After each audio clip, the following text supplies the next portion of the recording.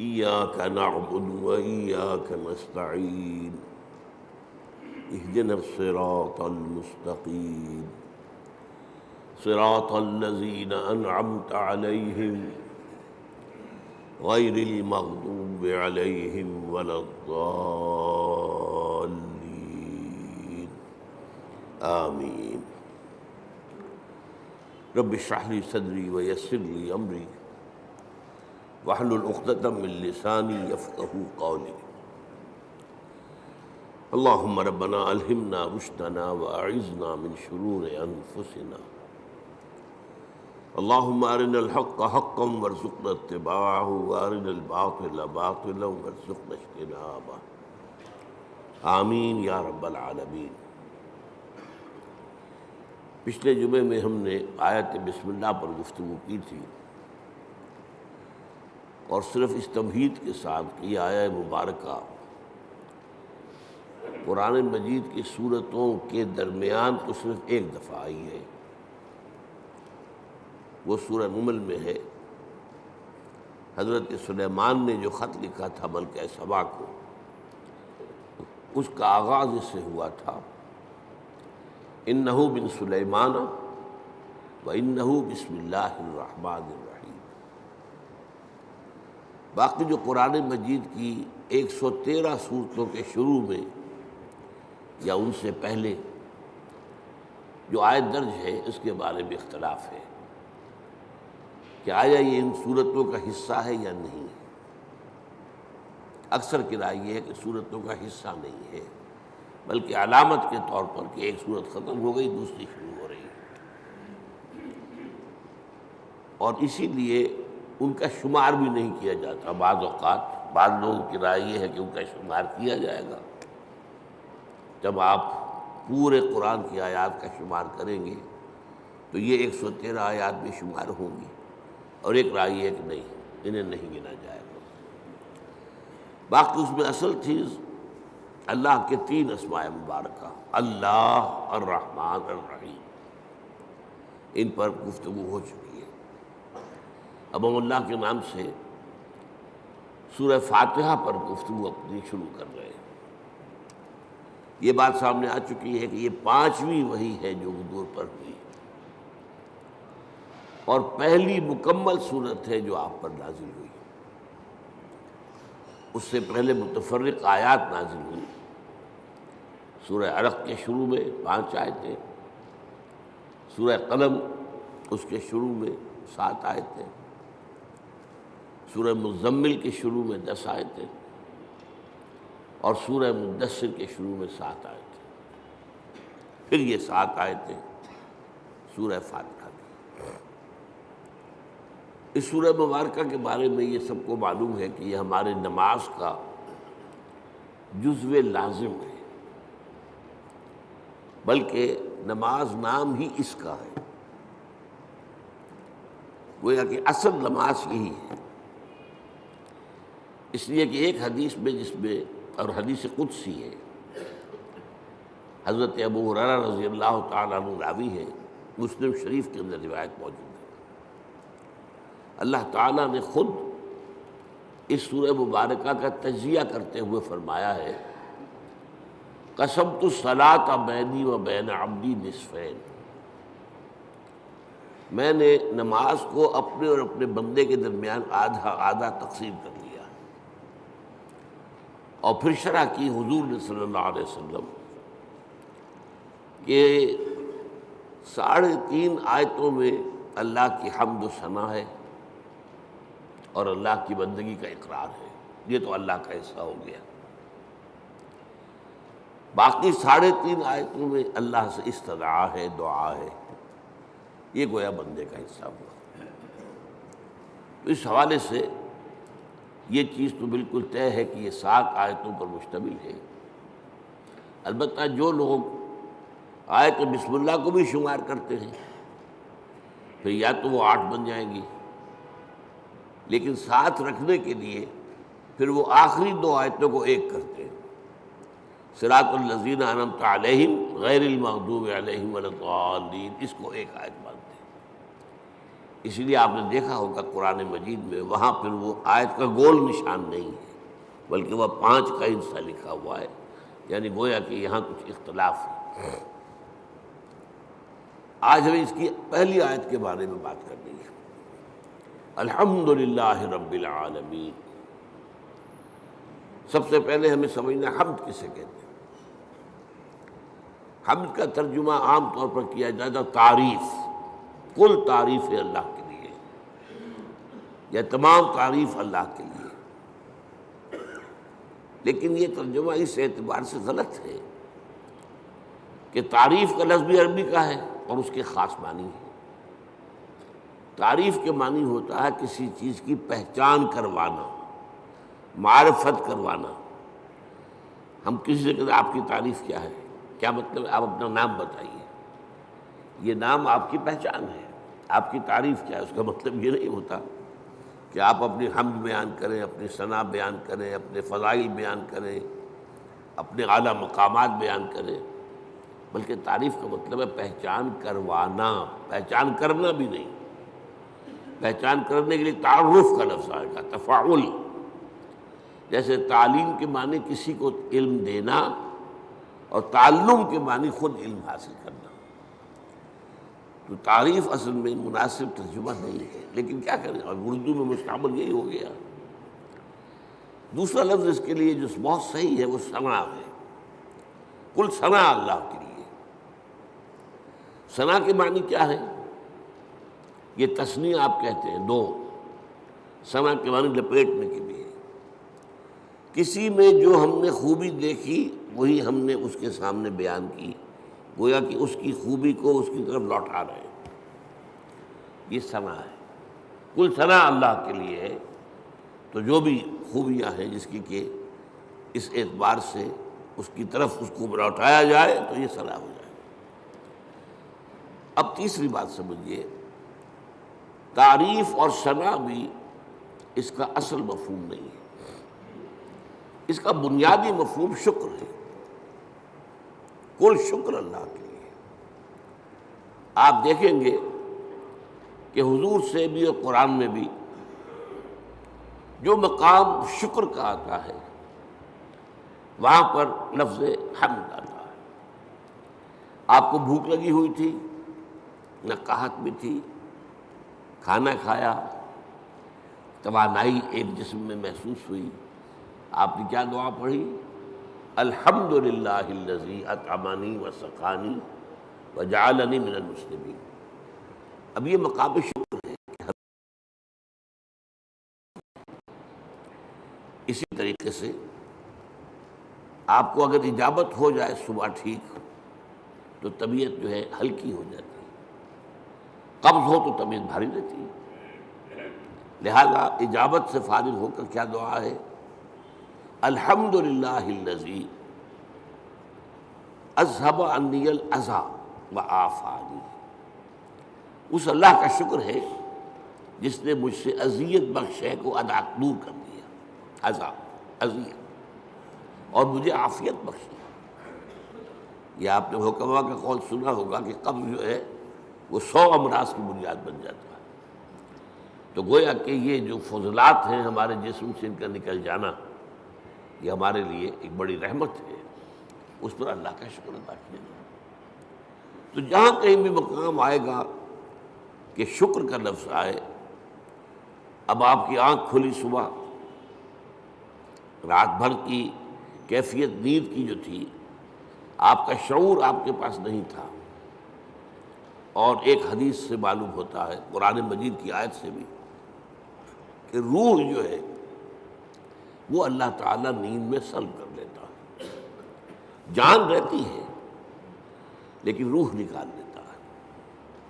اللہ یتوفی الانفس حین موتہا، لیکن یہ کہ موت میں بھی نفس آتا ہے، والذی لم تمت فی منامہا، اور جس کی موت کا وقت نہیں آتا اس کی نیند میں وہ اللہ تعالیٰ روح کو سلب کرتا ہے، پھر لوٹاتا ہے۔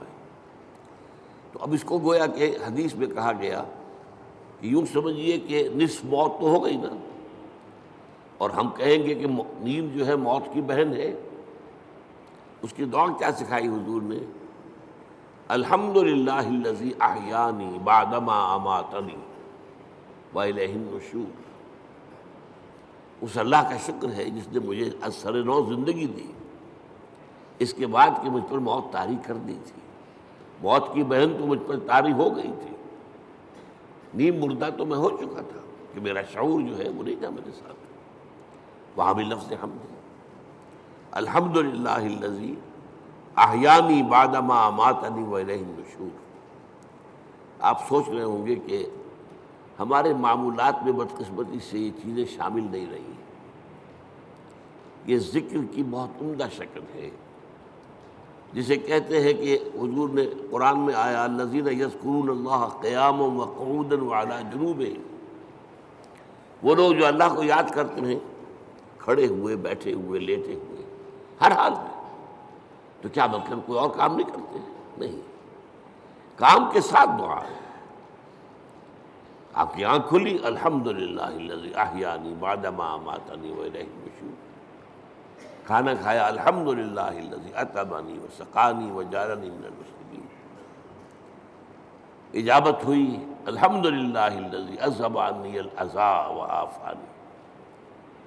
یہ جو مصنون دعائیں ہیں، ان سے جیسے کہ ہم کہتے ہیں کہ ایک تیر سے دو شکار، دو نسبتیں قائم ہوتی ہیں۔ ایک اللہ سے نسبت قائم ہو گئی، ہم نے اس کا حمد کی، ہم نے اس کا شکر ادا کیا، تعلق قائم ہوا۔ ایک رسول کے ساتھ نسبت ہو گئی کہ مصنون دعا ہے، ہم اس شکر کے ادا کرنے میں اپنے الفاظ نہیں استعمال کر رہے، بلکہ وہ کر رہے ہیں کہ جو نبی اکرم صلی اللہ علیہ وسلم کرتے ہیں۔ تو دونوں نسبتیں، اللہ کا ذکر، اس میں وقت تو کوئی نہیں لگا۔ بہرحال شکر جو ہے در حقیقت وہ اس حمد کا نیوکلیس ہے۔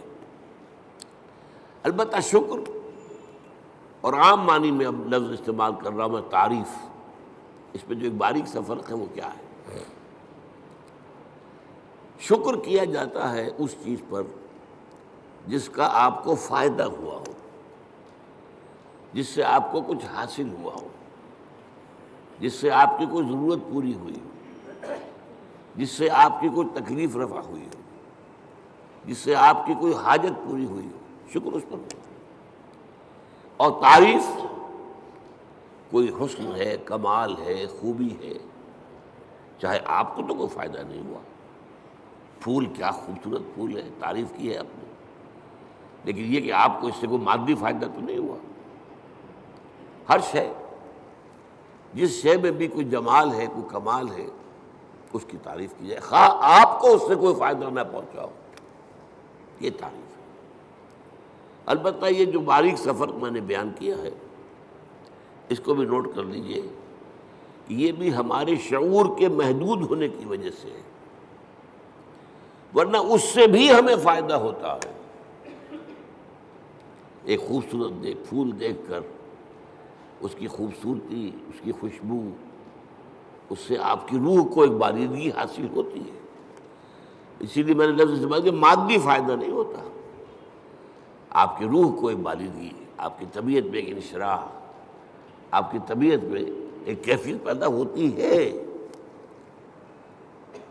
ہائی اسکول کے زمانے میں جو ہمارا کورس تھا انگلش پوئٹری کا، تو پہلی نظم تھی ڈیفوڈلز، بہت سے حضرات نے پڑھی ہوگی۔ وہ نظم کیا تھی کہ شاعر ایک روز سیر پر نکلا ہوا ہے، ایک پہاڑی کو عبور کر کے وہ جب اس کی چوٹی پر پہنچتا ہے تو اب دوسری طرف نگاہ گئی، وادی ہے، اور وادی بھری ہوئی ہے ڈیفوڈل کے پودوں سے اور اس کے پھولوں سے، اور پھول لہرا رہے ہیں ہوا کے اندر، ناچ رہے ہیں ہوا میں۔ یہ منظر جو ہے، اب اس سے اسے کوئی فائدہ تو نہیں پہنچا، کوئی مادی فائدہ نہیں پہنچا، لیکن شاعر اصل میں کہتے ہی اسے جس کا شعور زیادہ زندہ ہو۔ شاعر کہاں سے بنا ہے؟ شعور سے۔ شاعر زیادہ حساس ہوتا ہے، وہی چیز جو آپ نے بھی دیکھی، شاعر نے بھی دیکھی، اس نے اس کا ایک زیادہ گہرا اثر دیا۔ تو وہ شاعر کہتا ہے، ورڈزورتھ نام کا شاعر ہے یہ، I gazed and gazed, but little thought what wealth the scene to me has brought. میں دیکھتا رہا دیکھتا رہا دیکھتا رہا، لیکن مجھے یہ خیال نہیں آیا کہ یہ سین، یہ نظارہ جو میں نے دیکھا ہے، اس سے مجھے کیا دولت ملی ہے۔ اب اس کے بعد اسے احساس ہوا فراف من کاؤچ لائی، کیونکہ اکثر اب ہوتا ہے کہ میں جب اپنے کاؤچ پر، اپنے بستر پر لیٹا ہوتا ہوں، ان ویکنٹ اور ان پینسو موڈ، کسی فکر میں ہوں یا خالی ذہن ہوں، they flash upon that inward eye which is the bliss of solitude, وہ ڈیفوڈی کا نظارہ جو ہے میری اندرونی آنکھ کے سامنے آ جاتا ہے۔ They flash upon that inward eye which is the bliss of solitude, جو کہ انسان کی تنہائی کا سب سے بڑا، یوں سمجھیے کہ اس کی نعمت ہے۔ And then my heart with pleasure fills and dances with the daffodils، اب پھر میرا دل جو ہے خوشی سے بھر جاتا ہے، اور وہ بھی ان ڈیفوڈلز کے ساتھ ناچنا شروع کر دیتا ہے۔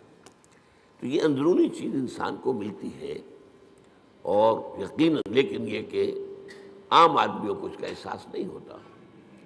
البتہ جو مادی جو فائدہ ہوتا ہے، جیسے بھوک سے نجات ملی، پیاس سے نجات ملی، اور کوئی آپ کا کام ہوا، اسی طرح یہ لفظ استعمال ہوتا ہے قرآن میں۔ جب اللہ تعالی ہمیں پہنچا دے گا اپنے فضل و کرم سے جنت میں، جب داخل ہوں گے، تو جو ترانہ ہوگا وہ کیا ہوگا ہماری زبان پر؟ الحمدللہ الذی ہدانا لہذا وما كنا لنہتدی لولا ان ہدانا اللہ۔ سارا شکر اس اللہ کا ہے جس نے ہمیں یہاں تک پہنچایا۔ یہ ہدایت کے معنی ہم جب آخری حصہ پڑھیں گے سورت کا تب تفصیل سے بات کروں گا۔ ہدایت کے درجے ہیں، ہدایت کا درجہ یہ بھی ہے کہ آپ نے کسی کو کوئی بات بتا دی، ایک درجہ اس سے آگے ہے اس کو خوب اچھی طرح سمجھایا۔ اب مثال کے طور پر کوئی شخص آپ سے کوئی پتہ پوچھ رہا، بھائی مجھے فلاں جگہ جانا ہے، ذرا مجھے بتائیے۔ آپ نے کہا یوں جانا، ادھر مڑ جانا، ادھر چلے جانا۔ امریکہ میں جو ہے وہ گنتی کرتے ہیں لائٹس کے ساتھ، ٹریفک لائٹس، 4 ٹریفک لائٹس کے بعد بھائی کو مڑ جانا، اس کے بعد پھر تیسری کے اوپر دائیں کو مڑ جانا۔ یہ بتا دیا آپ نے، یہ بھی ہدایت ہی ہے نا۔ ایک درجہ یہ ہے کہ آپ نے کہا بھائی لاؤ میں تمہیں پہنچا آتا ہوں، آپ نے اس کی انگلی پکڑی یا اپنی گاڑی میں بٹھایا اور اس کی منزل پر پہنچا دی۔ یہ منزل تک پہنچا دینا، یہ ہدایت کا آخری مرحلہ ہے۔ اللہ نے ہدایت کا ابتدائی مرحلہ تو ہمیں کیا، ہمارے اپنے اندر ہدایت موجود ہے، نیکی اور بدی کی پہچان موجود ہے۔ الہمہا فجورہا و تقواہا، ہماری روح کے اندر اللہ کی معرفت بھی ہے اور محبت بھی ہے، موجود ہے۔ پردے پڑ گئے ذہول کے، غفلت کے، ہماری ساری توجہ جو ہے دنیا میں، ہم گم ہو کر رہ گئے، ورنہ ہمارے اندر ہے سب کچھ۔ قرآن کہتا ہے فطرت اللہ التی فطر الناس علیہا، یہ انسان کو جو بنایا اللہ نے، یہ فطرت اللہ پر بنایا، فطرت اللہ التی فطر الناس علیہا ہے۔ ہمارے اندر معرفت بھی ہے، محبت بھی ہے، محبت بھی خوابیدہ ہے، اور معرفت کے اوپر بھی ذہول کے پردے پڑے ہوئے۔ اسی لیے قرآن اپنے آپ کو کیا کہتا ہے؟ تذکرہ، کلا انہا تذکرہ، یاد دہانی ہے۔ فذکر بالقرآن من یخاف وعید، آپ تذکیر کیے، یاد دہانی کرائیے۔ یہ تعلیم نہیں ہے، تعلیم تو اس چیز کی ہوتی ہے جو پہلے انسان کو معلوم نہ ہو۔ تذکیر وہ ہے جو آپ کو یاد تھی، معلوم تھی، بھول گئے آپ، لیکن آپ کے علم میں تھی، بھول گئے۔ تذکیر، یاد دہانی، بھئی فلاں وقت، بھئی فلاں وقت ہوا تھا معاملہ، تمہیں یاد نہیں رہا، یہ آپ تذکیر کر رہے ہیں۔ کوئی ادھر ادھر کی بات کر کے آپ بتائیں گے یاد آ جا، ہاں مجھے یاد آ گیا، یہ تذکیر۔ تو قرآن تذکیر کے لیے آیا ہے، تذکرہ ہے، ذکرہ، ذکرہ بھی کہا گیا۔ وَلَقَدْ يَسَّرْنَا الْقُرْآنَ لِلذِّكْرِ فَهَلْ مِن مُدَّكِرٍ، اس یاد دہانی کے، ورنہ تمہارے اندر موجود ہے۔ اللہ کی معرفت ہے، اللہ کی محبت ہے، نیکی اور بدی کا شعور ہے، یہ دے کر دنیا میں بھیجا ہے تمہیں۔ اور اس کے بعد یہ ہے کہ اس سے اگلی ہدایت اللہ نے اپنی کتابیں نازل کر دی، اللہ نے اپنے نبی بھیج دیے، اپنے رسول بھیج دیے۔ پھر اس سے اگلی ہدایت کیا ہے؟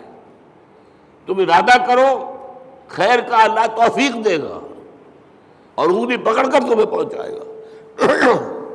یہ ہے ہدایت کی وہ آخری منزل کہ جب وہ داخلہ ہوگا تو اہل جنت کی زبان پر یہ حمد کا ترانہ ہوگا، الحمدللہ الذی ہدانا لہذا وما کنا لنہتدی لولا ان ہدانا اللہ۔ اس میں یہ ہے کہ وہاں پہنچا دینا، لیکن اس دعا کو آپ یاد کر لیجئے، کبھی کوئی نئی بات آپ کے علم میں آ گئی تب بھی آیت پڑھیے، یہ اللہ نے مجھے علم دیا ہے، ہم اس قابل نہیں تھے کہ علم خود حاصل کر دیتے۔ وہ اس آیت کا ترجمہ کیا ہے؟ کل حمد کل شکر اس اللہ کا ہے جس نے ہمیں یہاں پہنچایا جنت تک، ہم پہنچنے والے نہیں تھے، ہم اپنے بل پر، اپنی سمجھ سے، اپنی کوشش سے پہنچنے والے نہیں تھے۔ وما كنا لنهتدي لولا ان هدانا اللہ۔ اسی طرح آپ کو کسی مجلس میں کوئی آپ کو محسوس ہو کہ آپ کے دل کو کوئی روشنی ملی ہے، کوئی آپ کو ہدایت کا کوئی نقطہ ہاتھ آیا ہے، کوئی ہدایت کی طرف آپ کی کوئی توجہ ہوئی ہے، یہ دعا مانگیے، الحمدللہ الذی ہدانا لہذا وما کنا لنہتدی لولا ان ہدانا اللہ۔ چاہے وہ کسی کے ذریعے سے آیا ہو، لیکن الٹیمیٹ سورس تو اللہ ہے نا۔ خود اس کو کس نے بتایا تھا؟ اللہ نے بتایا تھا۔ ہمیں جس نے سکھایا ہے اسے کس نے سکھایا تھا؟ اللہ نے سکھایا تھا۔ اسی طرح الحمدللہ الذی صدقنا وعدہ واورثنا الارض نتبوأ من الجنۃ حیث نشاء۔ ایک جگہ یہ ترانہ آیا ہے، جنت والے ترانہ جو ہے کل حمد کل شکر اس اللہ کا ہے جس نے ہم سے اپنا وعدہ سچا کر دکھایا۔ اس نے ہم سے کہا تھا کہ تم میرے راستے پہ چلو گے میں تمہیں جنت دوں گا، آج ہمیں اللہ نے وہاں پہنچا دیا۔ صدقنا وعدہ، اس نے اپنا وعدہ ہمارے ساتھ سچ کر دکھایا اور ہمیں بنا دیا وارث، اس جنت کی زمین کا وارث بنا دیا۔ ہم جہاں چاہے ڈیرا لگائیں، کھلی چھوٹ ہے ہمیں۔ الحمدللہ الذی صدقنا وعدہ واورثنا الارض، زمین کا ہمیں وارث بنا دیا۔ اس سے بعض حضرات چاہیے کہ جنت کی ابتدائی منزل اسی زمین پر ہوگی، زمین کا وارث بنا دیا گیا۔ واورثنا الارض، بعض نے کہا نہیں، ارض سے مراد ارض جنت ہے، جنت کی زمین کا ہمیں وارث بنایا۔ لیکن میری ذاتی رائے بھی یہی ہے، اصل میں حساب کتاب یہی ہوگا، میدان حشر اسی زمین میں ہوگا، اس لیے کہ قصہ زمین برسر زمین، آپ نے نیکی یہی کمائی ہے، بدی بھی یہی کمائی ہے، اس کی سزا بھی یہی ہوگی اور اس کی جزا بھی شروع یہاں ہوگی، لیکن شروع ہوگی، جزا کے مرحلے ہیں، پھر اس کے بعد جنت، آسمانی جنتوں کی طرف عروج ہوگا۔ لیکن وہ جو میں نے کئی دفعہ آپ کو بتایا ہے، قرآن مجید میں ایک نزل کا لفظ آتا ہے، نزل، اور ایک عربی میں ضیافت کا لفظ، ان دونوں میں فرق کیا ہے؟ نزیل کہتے ہیں کسی مہمان کو جب کہ وہ فوراً آیا آپ کے ہاں، نزلہ اترا، کوئی اونٹ سے اترا آپ کے دروازے پر، نزیل ہے، گھوڑے سے اترا آپ کے دروازے پر، نزیل ہے، کسی خچر پر تھا، گدھے پر تھا، اترا، نزیل ہے۔ آج آپ کار سے اترتے ہیں، نزیل ہے، نزلہ تو ہے۔ آتے ہی آپ کیا کرتے ہیں؟ موسم کے لحاظ سے کوئی ٹھنڈا یا گرم، فوری طور پر ٹھنڈا یا گرم جو ہے اس کی تبادل کی جائے گی، پھر ضیافت ہوگی، پھر اہتمام ہوگا، پھر جو ہے آپ اہتمام کے ساتھ کھانا تیار کریں گے، وہ ضیافت ہے۔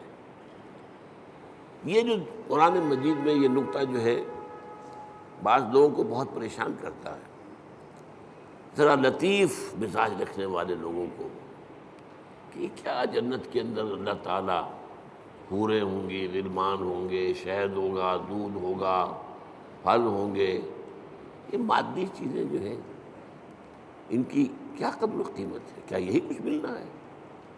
اس کا جواب یہی ہے، یہ نزل ہے، ابتدائی جو ہے مہمان نوازی اس سے ہوگی۔ اور کیوں ہونی ہے؟ ایک بندہ مومن اپنے راستے پر اگر وہ چلتا ہے ایمان اور اسلام پر، تو اس دنیا میں نعمتوں میں سے اکثر آلات میں محروم رہتا ہے۔ حلال کے ذریعے سے کہاں آپ پھل لائیں گے، کہاں اپنے بچوں کو پھل کھلائیں گے؟ آپ کو تنگی ترشی کے ساتھ جو ہے آپ نے اپنے نفس کے اوپر بھی قابو رکھا ہے، آپ نے کوئی جنسی جو ہے بے رحمی اختیار نہیں کی ہے۔ یہ جن خواہشات کو جو اللہ نے ہمارے اندر رکھی ہوئی ہیں ان کو کنٹرول کیا، روکا ہے۔ نہى النفس عن الهوى، خواہشات سے اپنے نفس کو روکے رکھا۔ تو میں کہتا ہوں اس کا منطقی جگہ یہی ہونی چاہیے کہ ان خواہشات کی بھرپور تسکین کا سامان کر دیا جائے جن سے تم نے ہمارے راستے پر چلنے کی وجہ سے اپنے آپ کو محروم رکھا۔ لیکن یہ نزل ہوگا، آخری جنت کے جو نعمتیں ہیں جو اور آگے درجے کھلیں گے، پھر چڑھنا ہوگا، صعود ہوگا۔ اس صعود کے بارے میں تو فرمایا ما لا عین رأت ولا اذن سمعت وما خطر علی قلب بشر۔ وہ جو اوپر کی جنتیں ہیں ان کی نعمتوں کے بارے میں حضور کے الفاظ ہیں، وہ ہیں جو نہ کسی آنکھ نے دیکھی، نہ کسی کان نے سنی، نہ کسی کے دل میں ان کا احساس اور ادراک وارد ہوا۔ وہ یہاں بیٹھ کر تو ہم اندازہ کر ہی نہیں سکتے۔ یہ تو ہم اندازہ کر سکتے ہیں نا کہ وہاں انگور ہیں، وہاں کھجوریں ہیں، وہاں جو بھی ہیں پھل ہیں، رمان ہیں، انار ہیں، وہاں دودھ ہے، وہاں شہد ہے، وہاں ہر چیز موجود ہے، یہ تو ٹھیک ہے۔ اگرچہ ان کے ذائقے جو ہوں گے وہ یہاں کے ذائقے کے مقابلے میں، چنانچہ 30 سے جو رکوع ہے سورہ بقرہ اس میں کہا گیا اتوبہ متشابہہ، وہ ملتی جلتی چیزیں ہوں گی۔ یہ بھی انار ہے، یہ انار، لیکن جنت کا وہ انار کچھ اور ہی ہوگا، یا اس کا ذائقہ آپ کے اس وقت تصور نہیں کر سکتے۔ اس انگور کا ذائقہ کچھ اور ہی ہوگا۔ آپ شہد جو ہے دنیا کا کتنا کھا لیں گے، تھوڑا سا دے کر دل بھر جائے گا۔ وہ شہد ایسا نہیں ہوگا، جیسے وہاں کی آگ ایسی نہیں کہ ایک دفعہ جلا دے تو بس جل گیا جسم، نہیں، پھر کھال دے دی جائے گی، پھر جو ہے دوبارہ اس کے اندر حس پیدا کر دی جائے گی۔ اس لیے کہ حس جو ہے وہ سینسٹیونیس جو ہے وہ تو اسی میں، کھال میں ہے۔ کھال جلنے کے بعد آپ کا گوشت جل رہا ہوگا تو آپ پتہ بھی نہیں چلے گا کیا ہو رہا ہے، اس لیے کہ اس میں سینسیشن ہے ہی نہیں۔ تو بہرحال جنت کی نعمتوں کو میں آپ سے عرض کر رہا تھا کہ یہ یہیں پر میدان حشر ہے۔ اب میرا گمان ہے، اب یہ باتیں جو ہیں وہ یقین کے درجے میں نہیں ہے، نہ ان کو اس بانی میں آپ لیجئے۔ میرا گمان یہ ہے کہ جہنم اس زمین کے پیٹ میں موجود ہے۔ آپ کو معلوم ہے جو وہاں کی گرمی ہے، جب آتش فشاں پھٹتا ہے تو کیا نکلتا ہے؟ لاوا۔ وہ چٹانیں جو ہیں پگھلی ہوئی، وہ لاوا، وہ سارا تو پیٹ میں ہے۔ اب کیا ہوگا سوچئے، ایک گیند ہے، فٹ بال ہے، اس کے پیٹ میں کچھ ہے۔ جب آپ اس گیند کو کھینچیں گے ادھر سے ادھر سے، چپٹی ہوگی تو درمیان کی چیز باہر آ جائے گی کہ نہیں؟ وَإِذَا الْأَرْضُ مُدَّتْ وَأَلْقَتْ مَا فِيهَا وَتَخَلَّتْ۔ وہ دن قیامت کا کیا جب زمین کو کھینچا جائے گا۔ وَإِذَا الْأَرْضُ مُدَّتْ إِذَا السَّمَاءُ انشَقَّتْ وَأَذِنَتْ لِرَبِّهَا وَحُقَّتْ وَإِذَا الْأَرْضُ مُدَّتْ وَأَلْقَتْ مَا فِيهَا وَتَخَلَّتْ وَأَذِنَتْ لِرَبِّهَا وَحُقَّتْ۔ اب وہ کھینچیں گے آپ تو اس کے اندر سے درمیان چیز باہر نکل آئے گی، یہ ہوگی جہنم۔ اس جہنم کا معاملہ اسی زمین میں سے نہیں۔ پھر وہی لفظ کہہ رہا ہوں، قصہ زمین برسر زمین۔ لیکن یہ کہ جنت جو وہ ہوگی زمین کی، وہ صرف پہلی منزل ہے اس کی۔ وہ آپ کہہ لیجئے کہ وہ در حقیقت استقبالیہ ہے جو وہاں پر ہو رہا ہے، اور وہاں پر نزل دیا جا رہا ہے۔ یہ ساری چیزیں جو گنوائی گئی ہیں قرآن میں، یہ نزل کے درجے میں، پھر اونچے درجے ہوں گے، پھر اونچے درجے ہوں گے۔ تو بہرحال یہ میری بات کہاں سے چلی تھی؟ الحمدللہ الذی صدقنا وعدہ واورثنا الارض نتبوأ من الجنۃ حیث نشاء۔ کل شکر اس اللہ کا ہے جس نے ہم سے اپنا وعدہ پورا کیا اور ہمیں زمین کا وارث بنا دیا۔ یہ زمین جو تھا کہ میں نے کہا اکثر کے نزدیک تو جنت ہے، جنت کی زمین جس کا وارث ہم بنے، لیکن بعض کا خیال، میری رائے بھی یہی ہے، وہ یہی زمین ہے، اس لیے کہ آپ کو معلوم ہے سورہ فجر میں کیا فرمایا؟ وَجَاءَ رَبُّكَ وَالْمَلَكُ صَفًّا صَفًّا۔ جاء ربک، آ جائے گا تمہارا رب۔ اللہ تو نزول فرمائے گا، میدان حشر میں آئے گا، یہی مقدمہ ہوگا، یہی عدالت لگے گی۔ جاء ربک والملک صفًا صفًا، تمہارا رب بھی آ جائے گا اور پھر فرشتے ہوں گے صفیں باندھے ہوئے، قطار اندر قطار، یہ نزول ہوگا۔ وَيَحْمِلُ عَرْشَ رَبِّكَ فَوْقَهُمْ يَوْمَئِذٍ ثَمَانِيَةٌ۔ وہ جب اللہ تعالیٰ اپنے اس عرش سے اتر کے اس زمین تک آئے گا، اب وہ کیا کیفیت ہوگی، آپ اس کے لیے کچھ نقشہ ذہن میں، کوئی مادی کوئی وجود اللہ کا نہ سمجھیے، لیکن کوئی کیفیت ہے جس کا نام، جس کو ان الفاظ سے تعبیر کیا گیا ہے۔ اب الفاظ ہیں تو کسی درجے میں مناسبت ہوگی، وہ حقیقت تو اس وقت کھلے گی، جیسا کہ میں نے کہا جنت کی نعمت ہوگی، حقیقت اس وقت کھلے گی۔ ما لا عین رأت ولا اذن سمعت وما خطر علی قلب بشر۔ اور قرآن میں جو آتا ہے لہم ما یشاؤون فیہا ولدینا مزید، اہل جنت کے لیے وہ تو سب کچھ ہوگا ہی جو وہ چاہیں گے، ہمارے پاس اور بھی بہت کچھ ہے جس کا تصور ہی نہیں ہوگا۔ میں نے اس کا ایک واقعہ یاد آ گیا مجھے، اب کئی دفعہ بیان کیا میں نے۔ میرے ایک دوست ہیں ڈاکٹر یقین صاحب جو باہر امراض چشم ہیں، انہوں نے مجھے سنایا، وہ جا رہے تھے لندن، اب ان کے بچے جو ہے کوئی کہہ رہا تھا میرے لیے یہ لائیے، میرے لیے یہ لائیے، میرے لیے یہ لائیے۔ ایک چھوٹی سی بچی تھی، انہوں نے کہا ابا میرے لیے پینسل لے کے آئیے۔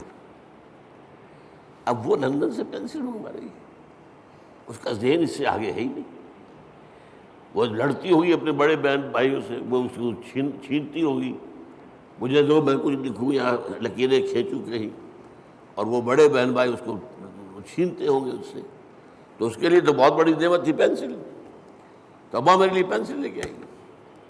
تو ہم کہاں تک تصور کریں گے؟ ہمارا ذہن بہت چھوٹا ہے۔ لہم ما یشاؤون فیہا، وہاں وہ تو سب کچھ ہے ہی ہے جس کا کہ ان کے اندر تمنا ہے، آرزو ہے، خواہش ہے، جس کی سمجھ ہے، جس کا ادراک ہے، جس کا شعور ہے۔ وَلَدَيْنَا مَزِيدٌ، ہمارے پاس اور بہت کچھ ہے۔ اور یہاں وہ جوڑ لیجئے ما لا عین رأت ولا اذن سمعت وما خطر علی قلب بشر۔ تو یہ اصل میں حمد ہے، شکر۔ الحمدللہ، یہاں الف لام جو لگ گیا ہے، اور اسے اصل میں کہا جاتا ہے لام، صرف الف لام نہیں کہتے، لام تعریف۔ الف جو ہے یہ حمزۃ الوصل کہلاتا ہے، کیونکہ کوئی لفظ جو ہے وہ ساکن لفظ سے شروع نہیں ہو سکتا۔ اب اسٹیشن، اب کیا کہیں گے، سٹیشن ہو جائے گا عام طور پر، یا یو پی وغیرہ میں کیا روایت تھا، اسٹیشن، وہ اس کے ساتھ الف لگا لیتے تھے۔ سکول، سین ساکن ہے، کیسے بولے اس کو، کوئی زبر لگے گا یا وہ اسکول اسٹیشن۔ تو ہمارے ہاں کالج میں چڑھاتے تھے لوگ ایک دوسروں کو، جو یو پی سے آئے تھے، ان سے کہا آج تم اسکول کہتے ہو، تم اسٹیشن کہتے ہو، اور وہ کہتے تم سٹیشن کہتے ہو، تم سکول کہتے ہو۔ تو یہ ہے، تو یہ حمزۃ الوصل کہلاتا ہے، جوڑنے کے لیے، ورنہ صرف لام ہے، لام تعریف۔ یہ لام بہت سی قسموں کا ہے۔ ایک تو کسی شے کو نکرہ سے معرفہ بنا دینا، العلم، علم نکرہ ہے، وہی علم، العلم معین علم، خاص علم، یا مکمل علم، یا حقیقی علم، ال سے وہ نکرہ سے معرفہ بن گیا. ایک ال کا معنی یہ لام جو ہے حصر ہوتا ہے. الانسان کل کے کل انسان. الانسان کا مطلب یہ ہوا یا تو وہ جو معرفہ بنایا تو یا تو ہوگا کوئی معین انسان اور یا کل انسان. والعصر ان الانسان لفی خسر. زمانے کی قسم ہے تمام انسان خسارے میں ہیں، گھاٹے میں.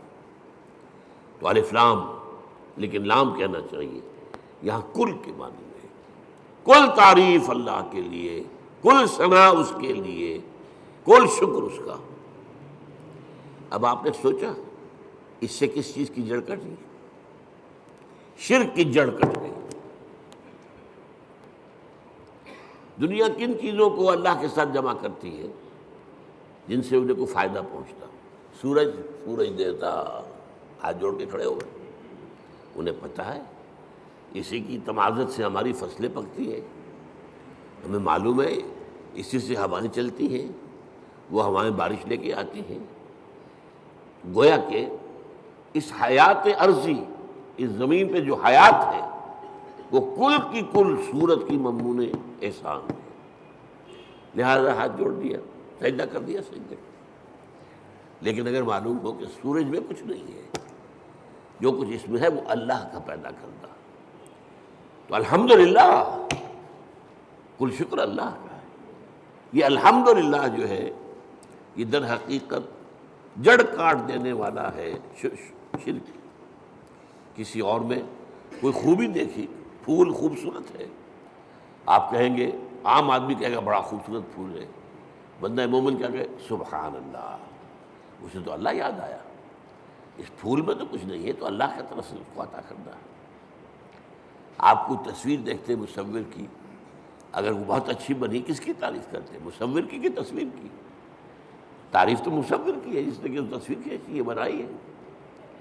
تو در حقیقت الحمدللہ. اور یہ جان لیجیے یہی شکر جو ہے یہی عبادت کی شکل اختیار کرتا ہے. کیوں؟ اس لیے کہ ایک اصول ہے فطرت انسانی کے اندر مضمر ہے، هل جزاء الاحسان الا الاحسان. یہ سورہ رحمان کی آیت ہے. بھلائی کا بدلہ بھلا ہی ہوگا نا. کسی نے آپ کے ساتھ کوئی خیر کیا ہے، اچھا کام کیا ہے، آپ کے دل میں ہوگا میں بھی اس کی کوئی خدمت کروں. اگر انسانیت آپ میں ہے تو اس شکر کا بدلہ، جیسے کہ ہمیں معلوم ہے کہ حضور ہدیہ قبول کرتے تھے لیکن ہدیہ دیتے بھی تھے. چنانچہ جو بھی کوئی آپ کے ساتھ بھلائی کرے آپ اس کے ساتھ بھلائی کریں. والدین کی بھلائی وہ اتنی ہے کہ ہم کتنی ہی خدمت کر لیں ان کا حق ادا نہیں ہوگا، اور سوائے اس کے کوئی چارہ کار نہیں کہ اللہ ہی سے دعا کریں، اے اللہ ورحمہما کما ربیانی صغیرا. پروردگار جس طرح میرے والدین نے مجھے پالا پوسا جبکہ میں چھوٹا سا تھا، تو ان پر رحم فرما. میں ان کا حق ادا نہیں کر سکتا. بس البتہ یہ کہ انسان مقدور بر تو کرتا ہے. سلیم الفطرت انسان ہو، فطرت کج نہ ہو گئی ہو، پرورٹڈ نہ ہو، تو والدین کی خدمت، بوڑھے والدین کو. آپ کو معلوم ہے صرف 2 چیزیں ہیں جن کے بارے میں کہا گیا ان کو دیکھنا بھی عبادت ہے. محبت اور تعظیم کی نگاہ سے کعبے کو دیکھنا عبادت ہے. چاہے آپ طواف نہیں کر رہے، چاہے آپ کوئی نماز نہیں پڑھ رہے، کعبے کے سامنے بیٹھ کر محبت اور تعظیم کے ساتھ اس کو دیکھنا عبادت ہے. بوڑھے والدین کو دیکھنا محبت کے ساتھ عبادت یہ حضور نے فرمایا. تو آپ جو ہے اپنی امکانی حد تک تو اس کا آپ جو ہے بدلہ اتارتے ہیں. انہوں نے پالا پوسا جبکہ میں چھوٹا سا تھا، میری ضروریات پوری کی. اب یہ بوڑھے ہیں، یہ محتاج ہیں، اب ان کی ضرورتیں میں پوری کروں. اگرچہ جیسا کہ میں نے کہا کہ حق ادا نہیں ہو سکتا، لیکن اب آپ سورج کا کیا حق ادا کریں گے؟ کچھ بھی نہیں کر سکتے. یہ جذبہ شکر جو ہے سورج کا، یہ عبادت کی شکل اختیار کرتا ہے. جہاں آپ کو بدلہ نہیں دے سکتے سر جھکا دیجیے، تعظیم کیجیے، اس کے سامنے سجدہ کیجیے. یہی تو ہے. شکر سے عبادت ہے، یہ فلسفہ ہے، سمجھ لیجیے، شکر کی بنیاد پر عبادت ہے۔ اسی لیے تو جس کو کہا حضور نے، اور میں نے ابھی حدیث آپ کو سنائی تھی، حدیث قدسی، الصلاۃ، جو اصل دعا ہے اس کی پہلی آیت ہی ہے الحمدللہ رب العالمین۔ قرآن کی پہلی آیت، پہلا لفظ کیا ہے قرآن کا؟ اگر آیت بسم اللہ اس میں شمار نہ کی جائے، جیسا کہ میں نے کہا کہ غالب رائے یہی ہے کہ وہ اس کا حصہ نہیں ہے، تو پہلا لفظ قرآن کا کیا؟ الحمد۔ اور آپ کو معلوم ہے یہ لفظ کتنا پیارا ہے اللہ کو۔ حضور کے نام سارے کے سارے اسی مادے سے ہیں۔ محمد حمد سے ہے، احمد حمد سے ہے، محمود حامد حمد سے ہے۔ اور اس امت کا نام پتہ ہے کیا ہے؟ حمادون، اللہ کی بہت حمد کرنے والے۔ حماد یہ مبالغے کا صیغہ ہو گیا، اللہ کی بہت حمد کرنے والے۔ اور ایک خاص بات یاد آئی ہے، حضور کی ایک حدیث ہے بڑی عجیب۔ قیامت کے دن وہ میدان حشر، جس کا میں نے نقشہ آپ کے سامنے بھی کھینچا ہے، ایک تو یہ کہ وہاں حضور کو ملے گا کیا مقام؟ مقاماً محمودا، وہی لفظ حمد۔ اور سب سے بڑی بات یہ، حضور نے فرمایا لواء الحمد بیدی، حمد کا جھنڈا میرے ہاتھ میں ہوگا، اور اس دن میں اللہ کی وہ حمد کروں گا جو آج نہیں کر سکتا۔ اس نقطے کو سمجھنا ضرورت ہے، غور کرنا ہوگا۔ ہر شے کی حمد اس کے ادراک اور شعور کے مطابق نہیں ہوگی۔ کسی نے آپ کے ہاتھ پر ہیرا رکھا، آپ نے سمجھا شیشے کا ٹکڑا ہے، تو کیا شکر کریں گے آپ؟ اگر معلوم ہو یہ ہیرا ہے تو شکر جو ہے اس کے متناسب شکر آپ کے قلب میں پیدا ہوگا۔ معرفت جو اس وقت ہوگی وہ آج نہیں ہے، پردے اٹھ چکے ہوں گے۔ آج چاہے اب بھی حضور کی معرفت ظاہر بات ہے کہ تمام انسانوں میں، مخلوقات میں سے بڑھ کر ہے، لیکن یہ کہ وہاں جب بے پردہ ہوگا معاملہ، تو فرمایا کہ وہ جو حمد میں اس میں بیان کروں گا وہ آج نہیں کر سکتا۔ تو یہ الحمدللہ، اللہ پر ہم گفتگو کر چکے ہیں۔ کل حمد کل شکر اللہ کے لیے، لہذا تعریف اسی کے لیے ہوگی، ثنا اسی کی ہوگی، شکر اسی کا ہوگا، عبادت اسی کی ہوگی۔ الحمدللہ رب العالمین۔ رب، اب رب کسے کہتے ہیں؟ رب کے معنی ہے مالک، اور کسی چیز کو پروان چڑھانے والا، اس کا خاص تعلق ہے۔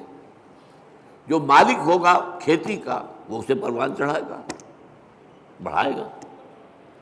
رب المال، سرمایہ والا، وہ سرمایہ کو بڑھانے کی فکر کرے گا۔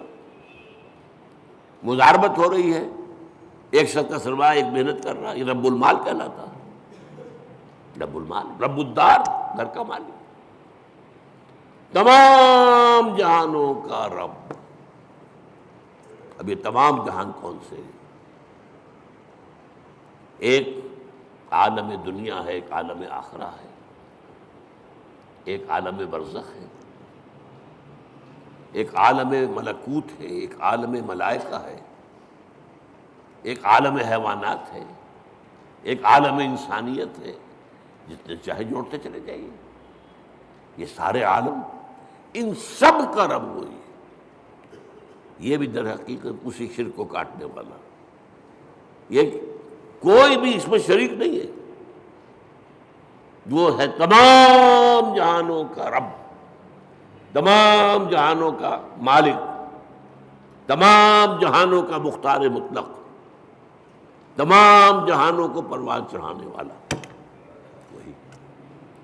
الحمدللہ رب العالمین، کل حمد کل شکر کل ثنا اس اللہ کے لیے ہے جو تمام جہانوں کا پروردگار ہے، پالنہار ہے، روزی رساں ہے، مالک ہے، آقا ہے، جیسا کہ آقا کے لیے بھی رب کا لفظ آتا ہے۔ جب زلیخا نے گناہ کی دعوت دی تھی حضرت یوسف کو، کیا کہا تھا انہوں نے؟ انہ ربی احسن مثوایا، یہ تمہارا شوہر جو ہے عزیز مصر وہ میرا آقا ہے، ظاہر بات ہے خریدا تھا اس نے، اور اس نے مجھے بہترین طریقے پر رکھا ہے، میرے ساتھ اس نے سلوک کیا ہے، اب میں اس کے ساتھ خیانت کروں تو مجھے کس چیز کی دعوت دے رہی ہے؟ تو رب۔ تو اسی طریقے سے حضرت یوسف کے پاس جب ایلچی پہنچا تھا جیل میں، تو کہا گیا جہاں اپنے رب کے پاس، میں نہیں جاؤں گا اس کے پاس جب تک کہ وہ معاملہ طے نہ ہو جائے جو مجھے بدنام کیا گیا تھا اور بدنام کر کے جیل میں پہنچایا گیا تھا۔ واقعی میں داغدار تھا یا نہیں؟ ارجع الی ربک، لوٹ جاؤ اپنے رب، بادشاہ کو رب کہا گیا۔ تو رب جو ہے مالک کسی شے کا، رب البیت رب المال، تو تمام جہانوں کا مالک اور آقا، تمام جہانوں کا پروردگار و پالنہار اللہ ہے۔ بس آج اسی ایک آیت پر گفتگو ہوئی ہے، اگلی آیت تو ہم پڑھ چکے ہیں الرحمن الرحیم، تو اس سے اگلی آیت تیسری جو ہے اس پر انشاءاللہ اگلے جمعے میں، میری طبیعت تو خیر اچھی نہیں چل رہی ہے، میں وعدہ کیے ہوئے ہوں ایک جگہ پر مجھے جمعہ پڑھانا ہے، حویلی لکھا، وہاں ہمارے ایک ساتھی نے مسجد بنائی ہے، تعمیر کی ہے، وہ چاہتے ہیں کہ وہاں جمعہ پہلا میں پڑھاؤں، میں نے وعدہ کر لیا تھا، تو اگر جیسا اس وقت ہوں ایسا بھی ہوا تو انشاءاللہ جاؤں گا، تو پھر شاید اگلے جمعے میں آپ سے یہاں ملاقات نہ ہو، تو اس سے اگلے جمعے میں اب مالک یوم الدین پر گفتگو ہوگی۔ اقول قولی ھذا واستغفر اللہ لی ولکم ولسائر المسلمین والمسلمات۔